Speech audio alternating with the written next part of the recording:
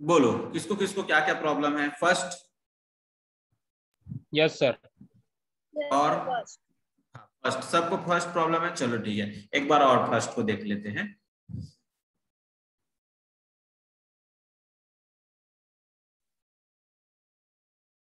सब कनेक्ट हो गया? राहुल साहू भी कनेक्ट हुआ है क्या? Yes sir. फर्स्ट को देखते हैं एक बार, ठीक है। Science not rules of thumb. Science not rules of thumb, ध्यान से सुनना। एक एग्जांपल लेके चलते हैं, ठीक है। जैसे कि मेरा सर दर्द दिया, मेरा सर में प्रॉब्लम आया, सिर में दर्द आया, हॉस्पिटल में गया। एक सिंपल ऐसे डॉक्टर है, कैजुअली झोला छाप, समझते झोला छाप? Yes sir. हाँ, मतलब मेरा सर दर्द दिया, मैं हाँ, सर दर्द देने के कारण मैं क्या चले गया, पास पड़ोस में क्लिनिक था, उसके पास चले गया। उसने ऐसी मैं पूछा क्या हो गया, मैं बोला सर दर्द है। तो उसने बोला ज्यादा टेंशन लेते? मैं बोला नहीं लेता। ठीक है, उसने 2 ठो दवाई दे दिया, सुबह शाम खा लेना। मैं आ गया, ठीक है। अब मैं वो दवाई खा रहा हूँ, ठीक नहीं हुआ। फिर मैं उसी के पास गया, बोला अच्छा अभी तक ठीक नहीं हुआ, अच्छा वो दवाई काम नहीं किया आपको। फिर वो मेरे को 4 दिन का और कुछ दूसरा दवाई दे दिया और बोला जाओ इसको खाओ, 4 दिन बाद आना अगर ठीक नहीं होता। अब मैं 4 दिन तक फिर वो दवाई खा रहा हूँ, फिर बोला ठीक नहीं हुआ। उसके जगह मैं कहाँ चले गया, एक अच्छा क्लिनिक पे चले गया, एक अच्छा हॉस्पिटल पे गया। हॉस्पिटल में जैसे ही गया, उसको बताया डॉक्टर को कि सर मेरा सर दर्द कर रहा है। तो उसने पहले बोला कि पहले ये ट्रीटमेंट करा के आओ, जाओ पहले ब्लड टेस्ट करा के आओ। फिर उसने ब्लड टेस्ट में देख करके आया कि ब्लड में कमी तो नहीं है। उसके बाद उसी से देखा, फिर उसके बाद उसने बोला कि जाके सीटी स्कैन करा के आओ। फिर वो सीटी स्कैन कराने के बाद आके एक इंफॉर्मेशन दिया कि आपको माइग्रेशन का प्रॉब्लम है। माइग्रेशन का प्रॉब्लम है मतलब अब आपको ये दवाई खाना पड़ेगा। तो पुराना डॉक्टर क्या किया, मैं 2 डॉक्टर के बीच में डिफरेंस बता रहा हूं। पहला डॉक्टर क्या किया, उसको गया, बताया, उसने देखा और पास्ट एक्सपीरियंस को किसी और को वो दवाई दिया होगा और वो दवाई को देख करके उसने मेरे को भी सेम दवाई दे दिया और वो सोचा कि ठीक हो जाएगा। नहीं ठीक हुआ तो उसने फिर दूसरा दवाई को चांस किया कि ये खा के देख लेना ठीक हो जाएगा कि नहीं। मतलब उसने बस वो किया और मैं उसका बात को मान लिया। सेकंड डॉक्टर के पास गया, सेकंड डॉक्टर कैसे इलाज किया, एक सिस्टमेटिक वे पे, एक प्रैक्टिकल वे पे इलाज किया। क्या किया, पहले गया, उसके बाद उसने उसमें कुछ ब्लड टेस्ट वगैरह, सीटी स्कैन का चेकअप करा। चेकअप करने के बाद एग्जैक्ट प्रॉब्लम को पकड़ा और प्रॉब्लम को पकड़ने के बाद उसका सॉल्यूशन पे मेरे को मेडिसिन दिया और उस मेडिसिन को खाया और मैं ठीक हो गया। वही चीज बोलता है कि यहां पर बोलता है science not rules of thumb, मतलब बोलता है कि कोई कुछ भी बोल दिया, मतलब ऐसे अंगूठा मत समझो उसको, थंब ऐसी मत समझो उसको। बोलता है कि अगर आप कुछ भी चीजें कर रहे हो तो उसका प्रैक्टिकल वे से करो उसको। अगर वो ऐसा बोल दिया तो उसको फॉलो करना है, ऐसा कंपलसरी नहीं है। आपको उसका प्रैक्टिकल वे से आपको उस काम को करना है जो सही तरीके से होगा, बस यही कहना है उसका।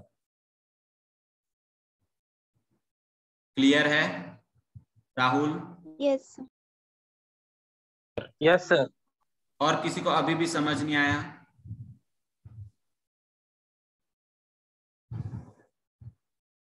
ये एग्जांपल से समझ पा रहे हैं भाई, डॉक्टर वाले एग्जांपल से, कि डॉक्टर कुछ भी दवाई दे दे रहा है अपने पास्ट एक्सपीरियंस को देख करके, उस पे मत फॉलो करो। वो बोलता है कि प्रैक्टिकली आप उसका इलाज करो, प्रैक्टिकली कि भाई उसको प्रॉब्लम क्यों आ रहा है ये जानो और उसके बाद उसका सॉल्यूशन करो। वैसे बोलता है साइंस मतलब होता है प्रैक्टिस, प्रैक्टिस या एक्सपीरियंस नॉलेज, प्रैक्टिस के थ्रू आप उसको वर्क करना है। ये चीजें इसके लिए लिखा हुआ है, ना कि पीछे कुछ भी एक्सपीरियंस, मतलब रूल्स ऑफ थंब मतलब अंगूठा लगा के, मतलब कोई भी चीज को बिना मतलब बिना जाने सोचे काम कर देना। वो सामने वाला बोला कि आपको ऐसा काम करना, मतलब बोल दिया, सामने वाला ये बोल दिया कि वो जो गधा जा रहा है उसको घोड़ा बोल दिया, तो आप भी समझ गए अच्छा वो घोड़ा है। आपको दिमाग लगाना है कि भाई वो गधा है, गधा गधा, उसको घोड़ा नहीं बोल सकते। बस वही बोलना चाह रहा है कि आप कुछ भी चीज में सिंपल बोला और करना चालू वाला काम मत करो। वर्कर को बोल रहा है आप उसमें साइंटिफिकली वे से पहले कोशिश करो, प्रैक्टिकल वे यूज करो, जिससे आपको पता चलेगा कि आप एग्जैक्ट कितना वर्क कर सकते हो और आपका टेक्निक कैसा है। क्लियर है आप?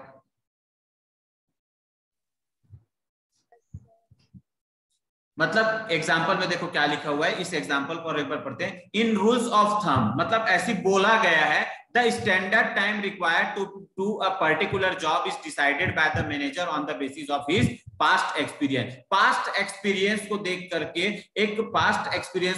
एक स्टैंडर्ड टाइम बना दिया। स्टैंडर्ड टाइम बना दिया कि पास्ट एक्सपीरियंस को देख करके एक स्टैंडर्ड टाइम बना दिया। और तो टेलर बोलते हैं कि आप किसी पास्ट एक्सपीरियंस को देख करके स्टैंडर्ड टाइम ना बना, उसको टाइम स्टडी करके बनाएंगे। अब आगे हम लोग पढ़ने वाले हैं कि किसको टाइम स्टडी बोलते। क्लियर है यहां तक? ये समझ आया? हाँ सर फोर्थ वाला रिपीट कर दीजिए एक बार। हाँ चलो, फर्स्ट हो गया, फर्स्ट क्लियर है? Yes yes sir. सेकंड अपन बोले थे, सेकंड क्या था? हार्मनी नॉट डिसऑर्डर, मतलब कोई झगड़ा लड़ाई मत करो, मिलजुल करके काम करो। थर्ड बोलता है कोऑपरेशन, मतलब सेकंड था हार्मनी नॉट डिसऑर्डर, मतलब झगड़ा लड़ाई नहीं करना है, एकता लाना है। और थर्ड बोलता है एकता के साथ आप मिलजुल करके काम करो। एकता मतलब लड़की मत लेना, ठीक है? एकता के साथ आप मिलजुल करके काम करो। ये बोलता है क्या? कोऑपरेशन नॉट इंडिविजुअलिज्म, ठीक है? नेक्स्ट आपका लिखा हुआ है क्या? नेक्स्ट लिखा हुआ है developed of workers to their greatest efficiency. Develop of workers to the greatest efficiency. Develop of workers मतलब होता है कि आप अपने वर्कर को प्रॉपर ट्रेनिंग दो, प्रॉपर उसको क्लास दो, और उसका क्लास प्रॉपर ट्रेनिंग देने के बाद उसके नॉलेज के हिसाब से उसको प्रॉपर ट्रेनिंग, प्रॉपर काम करने के बाद उसके नॉलेज के हिसाब से उसको क्या जॉब असाइन करो। जैसे कि अपन उसी के लिए एग्जांपल में हम लोग पुलिस ट्रेनिंग को लिए थे। पुलिस ट्रेनिंग में जैसे ट्रेनिंग चालू होता है तो ट्रेनिंग में 100 लोग जाते हैं, तो 100 लोग जो ट्रेनिंग करते हैं क्या 100 के 100 एक ही पोस्ट में रहते हैं क्या? नहीं सर, वो अकॉर्डिंग टू देयर क्वालिफिकेशन, मतलब उसके एफिशिएंसी को देख करके उसको अलग अलग जॉब मिलता है। किसी को रोड वाले, सिटी वाले पुलिस बना देता है, किसी को और कुछ बना देता है। वो किससे देख करके बनाता है? According to their qualification. अब क्वालिफिकेशन उसका क्या है? ट्रेनिंग पे, ट्रेनिंग पीरियड को देख करके उसका कि वो कितना डेवलप हो पाया, उसके अंदर कितना चीज है, वो देख करके उसको वर्क देना, इसी को बोलता है। आप किसी को भी वर्क असाइन करें ना, तो उसके अकॉर्डिंग उसका जो काम कर सकता है उस हिसाब से उसको काम दो, बस उसका ये कहना है। क्लियर है? Yes sir. Yes sir. Yes sir. ठीक। नेक्स्ट अब हम लोग पढ़ेंगे कि वो प्रिंसिपल के साथ कैसे काम करना है ना, उसका टेक्निक भी दिया है। Scientific techniques of Taylor, scientific techniques of Taylor, इसको मोस्ट आईएमपी डाल देना दोस्तों। इस चैप्टर से ना सबसे ज्यादा अधिकतर क्वेश्चन ना इसी से पूछा जाता है, scientific techniques of Taylor. Taylor का साइंटिफिक टेक्निक बताओ। तो ये साइंटिफिक टेक्निक्स ऑफ टेलर में अपन सबसे पहला पढ़ेंगे। देखो क्या बोलता है, कैसे काम को करना चाहिए। काम को कैसे करना चाहिए बोलता है कि एक काम को फंक्शनल फोरमैनशिप, मतलब इंडस्ट्रीज में काम कैसे करना चाहिए। इंडस्ट्रीज मतलब इंडस्ट्री जो होते हैं, जैसे जतिन लोग का इंडस्ट्री है ना, तो फैक्ट्री में काम कैसे करना चाहिए उसका वर्क बताता है। तो पहला बोलता है फंक्शनल फोरमैनशिप करना चाहिए। फंक्शनल फोरमैनशिप करना चाहिए मतलब आपको मैं नीचे में उसका एग्जाम्पल के थ्रू बताऊंगा। फंक्शनल फॉर्मेनशिप मतलब ये डायग्राम होता है, छोटा करना पड़ेगा रे थोड़ा सा।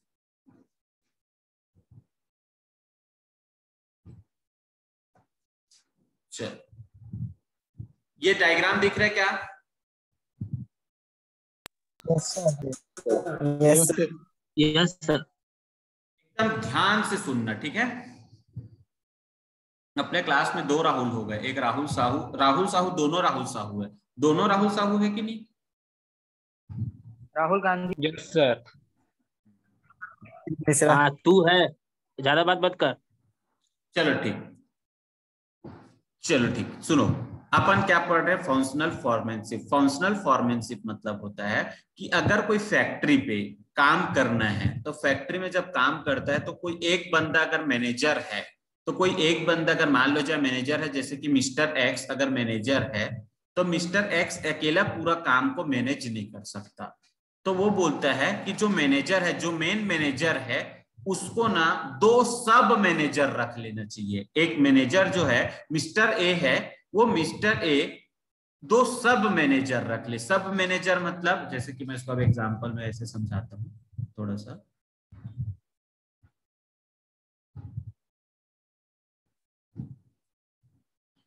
जैसे फैक्ट्री पे मिस्टर ए मेन मैनेजर है, ठीक है, ये फैक्ट्री मैनेजर है, तो ये अकेला पूरा काम तो नहीं कर पाएगा। ये उसको बोलता है कि आप एक काम करो, आप दो मैनेजर और रख लो अपने अंडर पे, जो आपका काम करेगा, जिसका नाम ले लेते हैं मिस्टर बी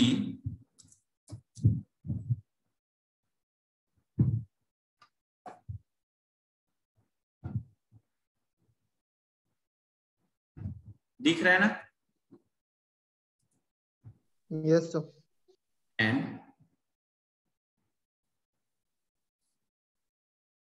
ये दो बंदा उसका काम, मतलब ये मिस्टर ए के अंडर पे है ना, मिस्टर ए के अंडर पे दो मैनेजर काम करता है, मिस्टर बी और मिस्टर सी। ये दोनों को बोलता है कि इसके अंडर इन दोनों को क्या बनाते हैं, उसके क्वालिफिकेशन और स्किल्स को देख करके इन दोनों को दो अपने सब अंडर काम कराने के लिए, कि वहां अपना जो काम है वर्क को डिवाइड कर दिया इन दोनों के ऊपर। अब मिस्टर बी और मिस्टर सी भी क्या करते हैं, मिस्टर बी और मिस्टर सी को भी बोलता है कि आप भी पूरा काम को हैंडल नहीं कर पाओगे, आप अपने अंदर 4 वर्कर और रख लो, आप अपने अंदर सब पार्ट में और 4 लोग को रख लो, 4 पर्सन और आप लोग रख लो, 4 आपके अंदर और सब मैनेजर रख लो। ये भी मैनेजर का काम कर रहा है, इसको बोलता है आप भी 4 सब मैनेजर और रख लो।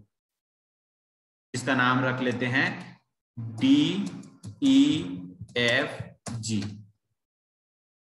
और साथ ही उसको भी बोलता है, मिस्टर बी को भी, मिस्टर सी को भी बोलता है कि आप भी पूरा काम को हैंडल नहीं कर पाओगे, आप भी क्या कर लो, 4 मैनेजर, 4 सब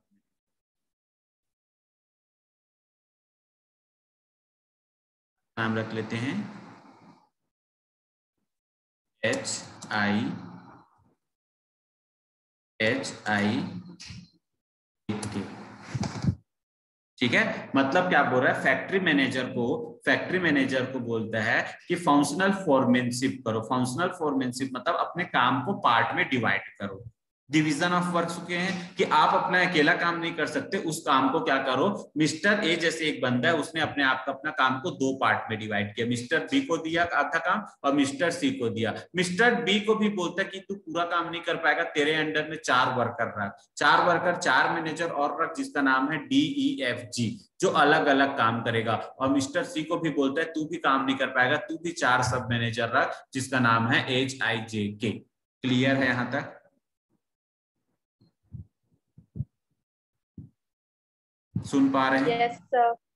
ठीक है, तो यही चीज बताया हुआ है, यही चीज बोला गया है। देखो यहाँ पर से जो बना हुआ है ना, वहां बोलता है कि फैक्ट्री मैनेजर जो मिस्टर ए है, फैक्ट्री मैनेजर कौन बन गया, मिस्टर ए, और प्लानिंग इंचार्ज के अंदर किसको बना दिया, मिस्टर बी को, और प्रोडक्शन इंचार्ज बना दिया मिस्टर सी को। प्लानिंग इंचार्ज में अकेला तू प्लान नहीं कर सकता करके DEFG करके इनको बना दिया। एक को डी को बना दिया रूट क्लर्क, एफ को बना दिया इंस्ट्रक्शन कार्ड क्लर्क, और जी को DEF को बना दिया टाइम एंड कॉस्ट क्लर्क, और जी को बना दिया डिसिप्लिनरी।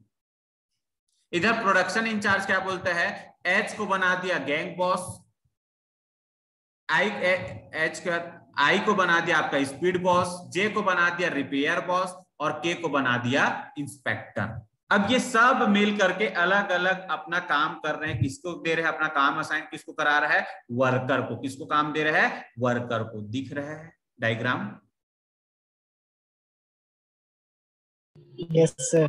ये इसी को बोलते हैं फंक्शनल फोरमैनशिप। पेपर में बहुत ज्यादा पूछा जाता है दोस्तों, what do you understand by functional foremanship. तो यही चीज लिखा हुआ है कि फैक्ट्री मैनेजर अपने काम को डिवाइड करता है 8 पार्ट में। 8 पार्ट में कैसे डिवाइड किया है? फैक्ट्री मैनेजर पहले अपने काम को 2 पार्ट में डिवाइड करता है, एक को बनाता है प्लानिंग इंचार्ज, एक को बनाता है प्रोडक्शन इंचार्ज। प्लानिंग इंचार्ज अपने काम को 4 पार्ट में डिवाइड करता है, प्रोडक्शन इंचार्ज अपने काम को 4 पार्ट में डिवाइड करता है। प्लानिंग इंचार्ज पहला बोलता है रूट क्लर्क। रूट क्लर्क मतलब रास्ता बताना। रास्ता बताना मतलब कैसे बनता है उसका रास्ता दिखाना। रूट क्लर्क रास्ता दिखाना, ठीक है। जैसे कि रास्ता दिखाना मतलब जैसे कि मेरे को मतलब होता है कि जैसे फ्रूटी, फ्रूटी बन के आता है। फ्रूटी जानते हैं, फ्रूटी पीते हैं अपन। Yes sir. फ्रूटी किससे बनता है? मैंगो। मैंगो से। तो रूट क्लर्क बोलता है पहले पेड़ से फल को तोड़ के लाओ, आम को लेकर के आओ, फिर आम को, फिर उसके बाद आम को छीलना है सभी आम को, फिर उसको उसका और कुछ काम करना है, फिर ऐसे करके उसको आपको क्या बनाना है? फ्रूटी बनाना है। ये उसका एक रास्ता बता रहा है कि कैसे वो सामान आ रहा है। क्लियर है रूट? Yes sir. ठीक। इंस्ट्रक्शन कार्ड मतलब होता है, इंस्ट्रक्शन मतलब कैसे बनाना है उसको इंस्ट्रक्ट करता है। एक बंदा जो है वो कैसे बनाना है उसको बताता है। रूट क्लर्क कैसे बनेगा बताता है। रूट क्लर्क क्या दिखाता है? रास्ता दिखाता है कि वो कैसे प्रोसेस होता है, प्रोसेस का रास्ता बताता है। पहले ये होगा, फिर ये होगा, फिर ये होगा, फिर ये होगा, फिर ये होगा, ऐसे करके जो बताता है उसको बोलते हैं root clerk. Instruction card clerk होता है जो इंस्ट्रक्ट देते रहता है कि आप इतना उसको लोगे, इतना शक्कर मिलाओ उस पे, इतना ये रखो, उतना वो रखो करके जो बताता है, क्या होता है? Instruction card clerk.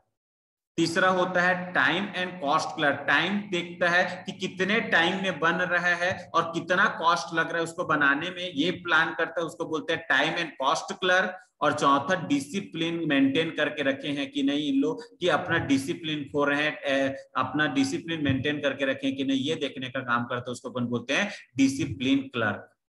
क्लियर है? Yes sir.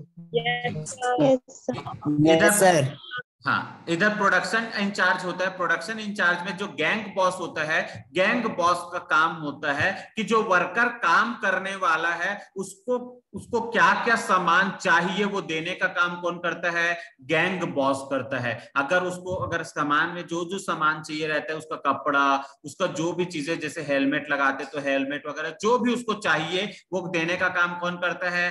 गैंग बॉस देता है। स्पीड बॉस क्या करता है? स्पीड चेक करता है कि उसने कितना मिनट में कितना काम किया, वो स्पीड देखने का काम कौन करता है? स्पीड बॉस करता है। रिपेयर बॉस क्या करता है? मशीनरी वगैरह को अगर खराब हो रहा है या कुछ भी प्रॉब्लम आ रहा है तो मशीनरी को तुरंत बनाने का काम, या कुछ भी प्रॉब्लम आ रहा है, फॉल्ट आ रहा है, उसको चेक करने का काम कौन करता है? रिपेयर बॉस करता है। और इंस्पेक्टर चेक करता है कि उसका जो प्लांट जो परफॉर्मेंस था, प्लांट जो था और एक्चुअल जो प्रोडक्ट बन के आया वो दोनों सिमिलर है कि कुछ खराबी निकल रहा है, ये सब चेक करने काम करता है इंस्पेक्टर करता है। तो बोलता है फैक्ट्री में आपको काम करना है ना तो फंक्शनल फोरमैनशिप करो। फंक्शनल फोरमैनशिप करो मतलब अपने काम को 8 पार्ट में डिवाइड कर दो, 8 अलग अलग बंदे को अलग अलग काम दे दो और वो 8 अलग अलग बंदा अपना वर्कर से काम कराएगा, जिससे आपका प्रोडक्ट भी बहुत अच्छे से बनेगा और आपका टाइम मैनेजमेंट भी बहुत अच्छे से होगा।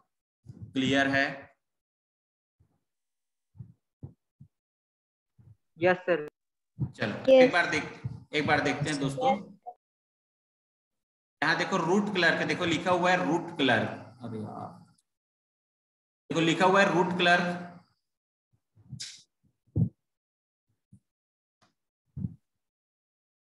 ये रुका रूट क्लर्क दिख रहा है दोस्तों? Yes sir. तो क्या लिखा है? This foreman is responsible to fix up the sequence और of step for performing mechanical और मैनुअल जॉब। ये स्टेप बताता है कैसे कैसे होता है, वो स्टेप बताता है। इंस्ट्रक्शन क्लर्क क्या करता है? इंस्ट्रक्शन क्लर्क क्या होता है, करता है, काम करता है, this foreman is responsible for giving general instruction necessary to carry on the job in a specified manner। ये एक जनरल इंस्ट्रक्शन देता है कि करना कैसे है, कैसे करना है, कितना क्या मिलाना है, ये जो बताने का काम करता है वो कौन करता है, आपका इंस्ट्रक्शनल करता है। क्लियर है। और टाइम एंड कॉस्ट वाले बंदा क्या करता है, क्लर्क क्या करता है, टाइम एंड कॉस्ट वाले क्या चेक करता है, this foreman is responsible to fix up the timing for starting, कितना टाइम शुरू हुआ बनाने का, कितना टाइम बनाना चालू किया इसने, और कितना टाइम कंप्लीट हुआ ये देखने का। आल्सो प्रिपेयर कॉस्ट शीट, कितना खर्चा आया ये देखने का काम करता है टाइम एंड कॉस्ट। के बाद आता है आपका डिसिप्लिनरी। ये डिसिप्लिन वाला क्या काम करता है भाई, ये करता है this foreman is responsible for performance of job in orderly and systematic way. जो जॉब परफॉर्मेंस कर रहे हैं, जो लोग काम कर रहे हैं, उन लोग सही वे से, सही तरीके से काम कर रहे हैं कि नहीं, ये देखने का काम कौन करता है, ये डिसिप्लिन इंचार्ज करता है। देन नेक्स्ट लिखा हुआ है क्या, फोरमैनशिप। गैंग बॉस क्या करता है, he arrange all machines, tools and other resource required from the performance of job। जो वर्कर को चाहिए वो देने का काम कौन करता है, गैंग बॉस। स्पीड बॉस क्या करता है, स्पीड बॉस करता है this foreman ensure timely completion of job। Repair boss क्या करता है, रिपेयर बॉस क्या करता है, this boss ensure machines and tools are kept in working condition, working condition में लाने का काम करता है। और इंस्पेक्टर क्या काम करता है भाई, इंस्पेक्टर करता है this boss keep a check on quality control of the output, वो क्वालिटी कंट्रोल को चेक करता है। ये सब काम करने का जो काम होता है उसको बोलते हैं फंक्शनल फॉरमैनशिप। करो, अगर कोई एक बंदा करता तो इतना काम एक बंदा कर पाएगा क्या, बताओ।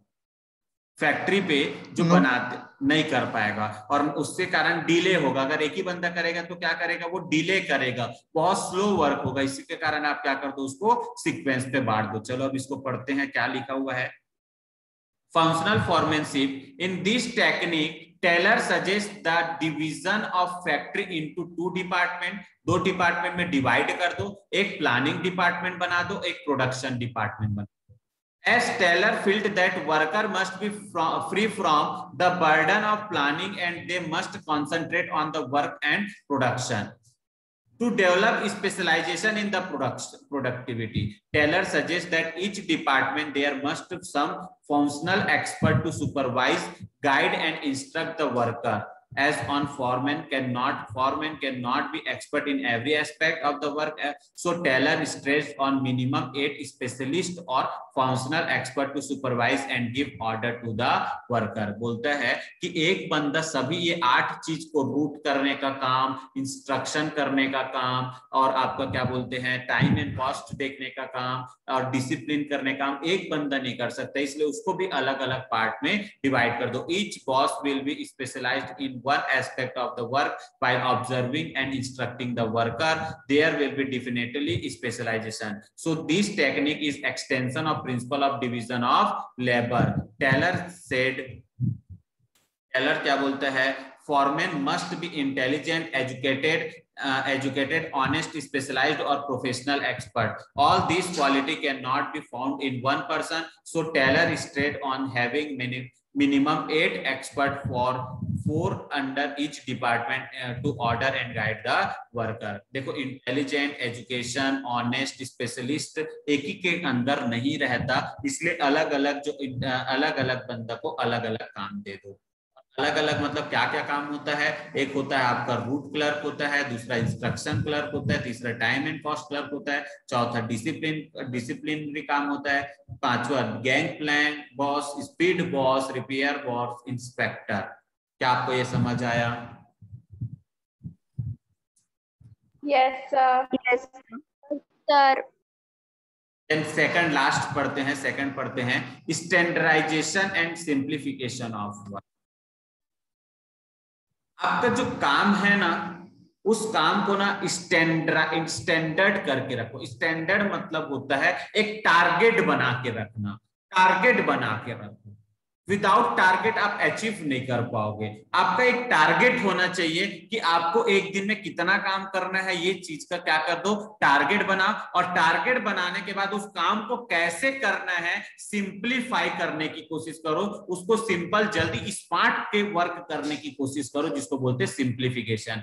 आप जो वर्क करने वाले हो ना, उसका एक स्टैंडर्ड टारगेट बना। तो स्टैंडर्डाइजेशन मतलब होता है टारगेट बनाना। दूसरा होता है उसको सिंप्लीफिकेशन ऑफ वर्क करो। जैसे कि बोलते बोलते हैं, जैसे मैं बोल रहा हूँ आप लोगों को, मैं आपको पढ़ाता हूँ तो एक दिन में पूरा चैप्टर नहीं पढ़ाता, या एक दिन में एकदम स्पीड भी नहीं पढ़ाता। एक टारगेट बनाता हूँ कि भाई यहाँ से यहाँ तक आज पढ़ाना है। अब उस टारगेट का बनाने के बाद, उस टारगेट को बनाने के बाद अब मेरे को कैसे पढ़ाऊंगा, कैसे सिंपल वे से पढ़ाऊंगा कि इतना मेरा कोर्स कंप्लीट हो जाएगा, ये काम करने का बोलते हैं standardisation and simplification of work. Clear है? Yes sir. चलो अब इसको पढ़ते हैं भाई, क्या लिखा हुआ है इसको पढ़ते हैं। किसी का मैसेज आया है, फैक्ट्री मैनेजर और उसके सब मैनेजर क्या करते हैं। फैक्ट्री मैनेजर और उसके सब मैनेजर क्या करते हैं। फैक्ट्री मैनेजर मतलब जो मेन मैनेजर होता है उसको बोलते हैं, जो फैक्ट्री का इंचार्ज होता है ना उसको बोलते हैं फैक्ट्री मैनेजर।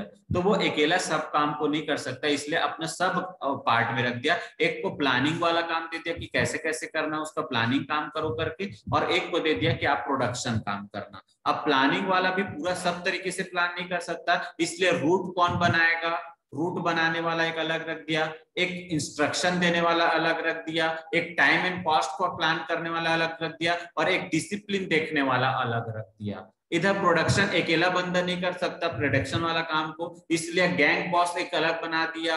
एक बना दिया आपका, कौन सा बनाया एक, अब बोलो फटाक से। गैंग बॉस के बाद क्या, स्पीड बॉस बना दिया कि चेक करने का काम, और उसके बाद एक क्या बना दिया, रिपेयर बॉस बना दिया कि अगर मशीन वगैरह कुछ खराबी होगा तो कैसे करेंगे, और एक लास्ट बना दिया आपका इंस्पेक्टर जो चेक करेगा क्वालिटी ऑफ प्रोडक्ट को। ऐसा करने के बाद ये सब काम करने के लिए बोलता है, जिसको बोलते हैं, इसीलिए आपको फैक्ट्री मैनेजर्स को पार्ट में डिवाइड किया। क्लियर है जिसने मैसेज किया था? ठीक। Standardisation and simplification of work, देखो क्या लिखा है, scientific management always emphasize on the maintaining standard relating to every step of business operation. Standardization of output is possible if standard is maintained right from selection of tools, equipment and machine to use maximum the output by keeping in mind the quality standard. Standardization does not mean only quality standard, but it refers to setting up the standard size, type, weight, measures and quality of product. जैसे जैसे जैसे जैसे जैसे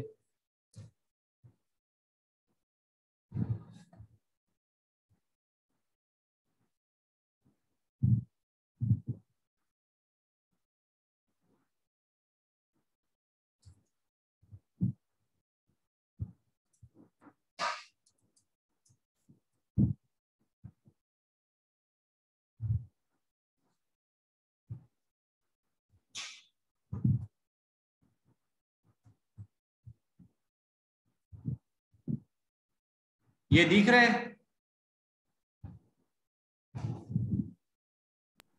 yes sir. क्या दिख रहे हैं? कुरकुरे, मसाला मंच कुरकुरे। मसाला मंच कुरकुरे 5 रुपए का है, 5 रुपए आता है ना? क्या आप लोग इसको जब क्लास 1 में भी थे तब भी आपके पास कुरकुरे था?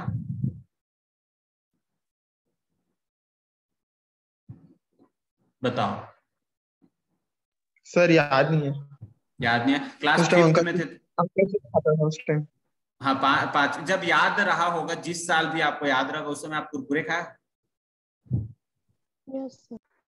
उस समय भी वैसी था, आज भी वैसी है। उसका टेस्ट, उसका साइज, उसका रेट, ये सब चीज, अंदर क्वांटिटी कम हुआ है, लेकिन जो झिल्ली का जो साइज है, जो रेट है, जो उसका पैकिंग करने का तरीका है, जो टेस्ट एंड प्रेफरेंस है, ये सब जैसे था वैसा ही है। एक स्टैंडर्डाइजेशन फॉर्म इसने मेंटेन करके रखा है according to their size, quality, packing, advertisement, ये सब चीजें को लेकर के बोलते हैं एक स्टैंडर्ड। इसी को बोलते हैं स्टैंडर्ड मेंटेन करना, इसी को बोलते हैं स्टैंडर्ड मेंटेन करना। क्लियर है? Yes sir. वही लिखा हुआ है यहाँ पास कि स्टैंडर्ड मतलब क्वालिटी, बस को मत लो, साइज, टाइप्स, वेट, मेजर्स, ये सब चीज को लेकर के चलना। उसने क्वांटिटी कम किया दोस्तों, लेकिन वेट को उतना ही रखा, हवा भर के। क्लियर है? तो वही चीज लिखा हुआ है कि आपका जो प्रोडक्ट है उसको standardise and simplification of work way में करना। आपको इतना पढ़ करके, अच्छे से पढ़ करके, समझ करके, इसका भी नोट्स बना करके आपको रखना है। क्लियर है यहाँ तक? एक बंदा मेरे को क्या कर, कोई एक बंदा इसमें उसका स्क्रीनशॉट करके भेज दो भाई, अपन फिर पेरेंट्स ग्रुप में भेज देंगे कि कौन कौन अब्सेंट है। ठीक है? भाग्यश्री एडमिट होती है लेकिन वो फिर से चले जाती है। भाग्यश्री सुन पा रहे हैं? कैसे बीच बीच में डिस्कनेक्ट हो जाते हो? Yes sir. कैसे डिस्कनेक्ट हो जाते हो? सब आज कट रहे, नेटवर्क बहुत ज्यादा प्रॉब्लम हो रहा है। अच्छा, आवाज कट रहा है, नेटवर्क प्रॉब्लम हो रहा है।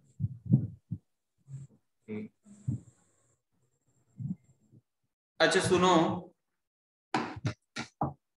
चलो बाकी हम लोग कल पढ़ेंगे। कर दिए? फोटो खींच दिए?